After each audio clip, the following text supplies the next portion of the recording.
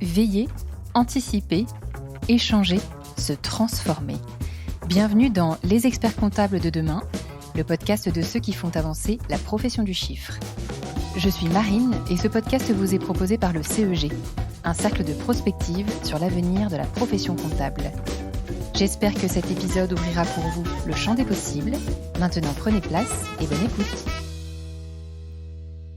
Une annonce avant de lancer votre épisode. De janvier à mars 2024, le CEG lance une grande enquête nationale sur l'état des lieux et les perspectives des cabinets d'expertise comptable. Il donnera lieu à un baromètre annuel du CEG dont les résultats seront dévoilés au moment du Congrès de l'Ordre en octobre à Marseille. Alors si vous travaillez en cabinet et que vous avez quelque chose à nous dire sur cette profession et son évolution, répondez à notre enquête. Je vous glisse le lien en description. Merci et très bonne écoute. Bienvenue dans ce nouvel épisode consacré à la semaine de 4 jours en cabinet. Et je suis ravie de recevoir aujourd'hui Myriam Jarnigon, qui est membre du CEG, experte comptable et dirigeante de MJ Expertise. Bonjour Myriam, Bonjour Marine. merci d'avoir accepté ce podcast. Écoute, merci à toi de m'avoir invitée. Écoute, c'est un vrai plaisir. On a rapidement discuté de ce sujet lors du dernier rassemblement annuel du CEG, toi et moi, et je me suis dit que ça pouvait faire l'objet d'un podcast, la semaine de 4 jours. Avant d'aller dans le vif du sujet, est-ce que tu peux nous présenter ton cabinet pour qu'on comprenne dans quel contexte ça se met en place? Voilà, donc moi je suis installée à Mérignac depuis 23 ans. J'ai aujourd'hui 9 salariés, donc plutôt bien sûr de la gestion de TPE et beaucoup de BNC, hein, puisque j'ai 230 BNC profession libérale. Voilà, c'est une petite équipe de 9 salariés, bien soudés. Ok, tu es la seule experte comptable associée au sein du cabinet. Oui, tout à fait, je suis la seule expert comptable aujourd'hui.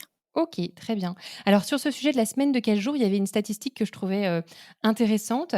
C'est le compte, Vite Comptable qui a réalisé un sondage sur les réseaux sociaux en mars 2023, qui posait la question: «Pour ou contre la semaine de 4 jours en cabinet?»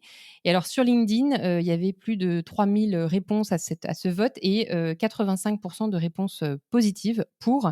Donc c'est intéressant qu'on en discute. Je voulais voir avec toi, à quand remontait la semaine de 4 jours dans ton cabinet? Moi, cela fait déjà 11 ans que je pratique la semaine de 4 jours dans mon cabinet, donc quelques années d'expérience. C'est pas oui, donc c'est pas le parce qu'on en a beaucoup parlé, l'année dernière notamment, de cette semaine de 4 jours. Ça fait, c'est quelque chose qui fait des émules un petit peu dans beaucoup de secteurs. Mais toi donc, tu étais passée avant que ça commence à faire beaucoup parler de soi? Oui, tout à fait. 2013, OK. Et pourquoi tu l'as mise en place? Ça répondait à quelle demande? Alors à l'époque, mes collaborateurs étaient sur un temps annualisé avec des semaines, basses en période creuse et de semaines hautes en période fiscale, puisque comme, je te l'ai dit Marine, j'ai beaucoup de professions libérales. Donc on avait vraiment des périodes creuses et des périodes hautes. Donc en période creuse, ils étaient à 30 heures par semaine, donc des semaines allégées sur déjà 4 jours et puis des périodes hautes, en période fiscale. Et puis, ils se sont aperçus qu'en fait, pendant ces périodes de semaines creuses, à 30 heures par semaine, ils n'arrivaient pas à avancer, assez vite leur dossier et du coup, ils se retrouvaient quelque peu en retard au moment de la période fiscale. Ils avaient besoin de plus d'heures en période creuse pour pouvoir avancer durant l'année, leur dossier pour pas se retrouver en gros rush en période fiscale. Donc D'accord. ils m'ont demandé de mettre un terme à ce temps annualisé, parce que ça ne leur convenait plus dans leur, fonctionnement et dans la gestion de leur dossier. Donc je leur ai dit: «OK», je leur ai proposé du coup, pour qu'ils gardent ce 4 jours de travail et qu'ils aient un jour de repos, je leur ai proposé de passer à 35 heures sur 4 jours. Donc du coup, ils gagnaient 5 heures de travail durant la période creuse, mais sur 4 jours. OK, d'accord. Ça s'est passé en relation directe. OK, d'accord. Vous êtes passés du jour au lendemain à ce système-là? Comment ça s'est passé Oui, la tout transition? à Ouais. fait. Voilà, on a échangé entre nous et je leur ai proposé ça tout de suite et ils m'ont dit: «Oh ben, écoutez, on est partant. Comme ça nous permettra en période creuse, hein, je redis, de pouvoir avancer tranquillement nos dossiers». D'accord, OK, donc 35 heures sur 4 jours, ça fait un peu plus de 8 heures de travail, par jour, si on fait le calcul, je crois. Voilà, c'est ça. Alors moi sur 9, ils font 9 heures sur 3 jours et D'accord, une journée à 8. d'accord. OK, comme ça, c'est plus simple. Et alors que ça se passe comment niveau modalité d'application? Ou c'est quoi le cadre que vous entre guillemets «imposez»? Je crois qu'il y en a un. Est-ce que tu peux me le décrire? Alors en fait, j'impose soit du mardi au vendredi, soit du lundi au jeudi. Donc la personne qui, choisit de travailler du mardi au vendredi ne travaille pas le lundi et ça reste fixe, toute l'année. C'est-à-dire que la personne ne va pas changer de venir tantôt un lundi, tantôt un vendredi. J'ai des OK, collaborateurs qui sont là du mardi au vendredi, d'autres du lundi au jeudi. Il y a de l'alternance, comme ça j'ai tout le temps quelqu'un, tout le temps, toute la semaine. OK. Alors, il est vrai aussi que je n'ai jamais eu de demande d'autres jours de la semaine, comme un mercredi par exemple. Je n'ai jamais eu de jeunes mamans qui m'ont demandé un mercredi. Donc le week-end prolongé de 3 jours leur convient très bien. OK, d'accord. Donc les clients savent que, par exemple, le personne responsable de leur dossier, est absente le lundi ou le vendredi, c'est connu, ça fonctionne. Ça fonctionne très bien. Les clients effectivement savent que leur collaborateur est là de tel jour à tel jour. Et dès le départ, ça a été mis en place comme ça et ça marche très bien. Moi-même à l'époque, il y a quelques années, je ne travaillais pas, le mercredi, en OK. dehors de la période fiscale. Donc en fait, tout le cabinet, les clients du cabinet avaient tous l'habitude, de gérer l'emploi du temps un peu des collaborateurs et de moi-même. Mmh, d'accord. Et donc le choix d'avoir, mardi, mercredi, jeudi, ça fait que toute l'équipe est au complet sur ces 3 jours, ce cœur de la semaine-là, et donc le fonctionnement peut être totalement, à 100 sur ces 3 Tout à jours-là? fait, tout OK. à fait. OK. Comment ça se passe alors, en période fiscale? Est-ce que tu m'as dit que le système s'adaptait? Est-ce que tu peux nous raconter comment ça se passe? Alors, en période fiscale, effectivement, ils continuent à travailler 4 jours et si ils ont besoin de travailler un petit peu plus, ben, ils travaillent sur leur 5e journée. Ils me demandent de s'ils peuvent venir travailler sur leur 5e journée. Alors des fois, une demi-journée suffit. En fin de période fiscale, des fois, ils travaillent sur leur 5e journée au complet, mais du coup, ils préservent leur week-end et surtout, c'est ça qui est important. Ils préservent leurs 2 jours de week-end, même en période fiscale. D'accord, et donc les heures que tu fais qui sont travaillées, sur cette 5e journée en plus sont payées en heures supplémentaires, c'est ça, je crois? Alors voilà, moi j'ai eu toujours l'habitude de payer les collaborateurs en heures supplémentaires sur cette 5e journée. D'accord, OK. C'est quoi pour toi les avantages que tu vois à cette organisation? Qu'est-ce que tu en retires? Alors un avantage, ben, les collaborateurs sont, sur les 4 jours qui sont là, j'allais dire, ils font du travail très effectif, hein, ils en sont très opérationnels et puis surtout un équilibre pour les collaborateurs et d'avoir du temps pour eux. Donc Mmh. s'ils ont du temps pour eux, ils sont en meilleure forme et ils sont en meilleure forme pour travailler. Moi, je le vois comme ça. Et puis, ben, pour certains collaborateurs ou enfin, pour les collaborateurs, c'est aussi plus facile sur cette 5e journée de prendre leur rendez-vous personnel. Et ça vient pas chahuter le rendez-vous le planning de la semaine. Quand ils sont au cabinet, ils sont pleinement au cabinet les 4 jours.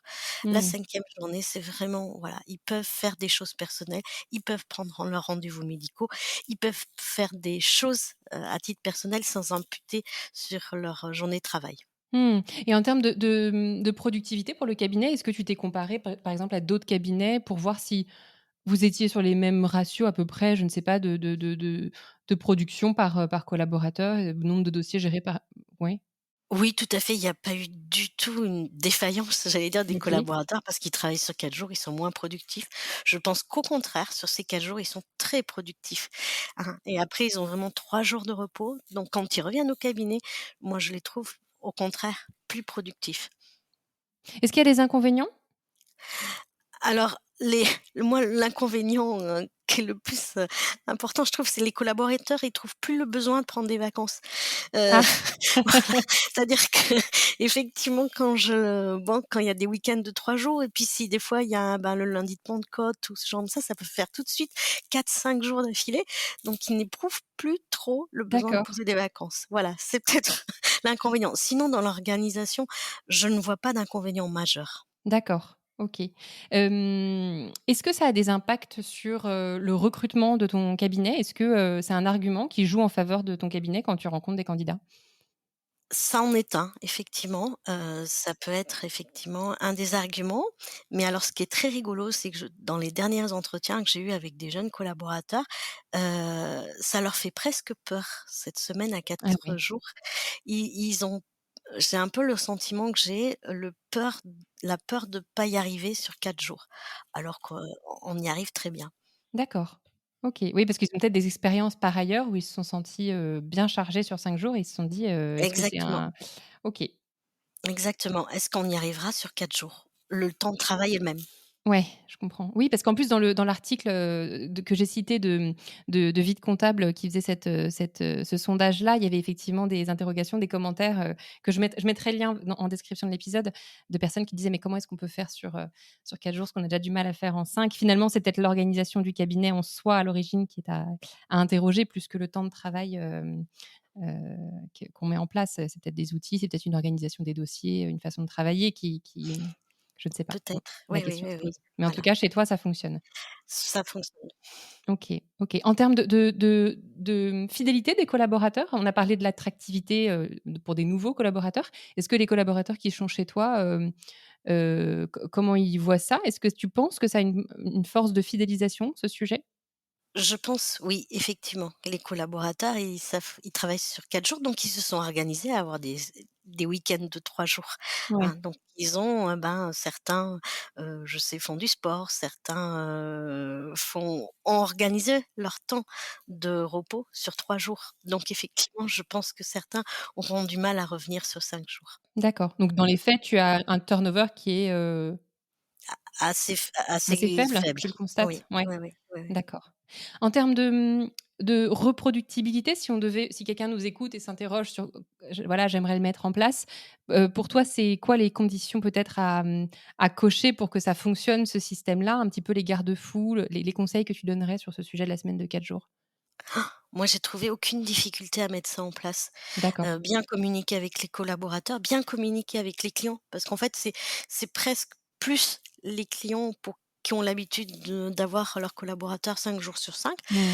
Bonne communication, envers les clients, et puis c'est franchement, enfin moi, j'ai pas trouvé de difficulté particulière à mettre ça en place et tout le monde y a trouvé son compte D'accord. et les besoins de collaborateurs, il faut savoir les écouter aussi. Je comprends, je comprends. Et le fait d'être un cabinet où tu es la seule associée, est-ce que tu penses que ça a aussi facilité cette, mise en place? Est-ce qu'un plus gros cabinet, peut s'y lancer? Est-ce que tu vois un peu un sujet de la taille critique là-dessus? Je pense pas. Je pense que c'est vraiment une question d'organisation et puis de toute façon, même les plus gros cabinets, après, ils ont des managers, en donc il y a pas de raison Mmh. que ça soit plus compliqué que chez nous. Voilà. OK. Non, mais c'est un sujet clé en tout cas, à prendre en compte dans la marque employeur, des cabinets. C'est une option, un outil en plus à disposition des cabinets peut-être qui peut être, activé. Voilà. Merci Myriam pour, cette discussion, et ce retour d'expérience sur la semaine de 15 jours dans ton cabinet. J'étais ravie de le faire, avec toi. Merci beaucoup Marine. À très vite. À À bientôt. très vite. Au revoir Marine. Merci pour votre écoute. Si cet épisode vous a plu, n'hésitez pas à le partager autour de vous. Pensez à vous abonner sur les plateformes d'écoute pour découvrir de nouveaux contenus exclusifs. Et pour en savoir plus sur le CEG, rendez-vous sur expertengestion.fr. Le lien est dans la description. À bientôt.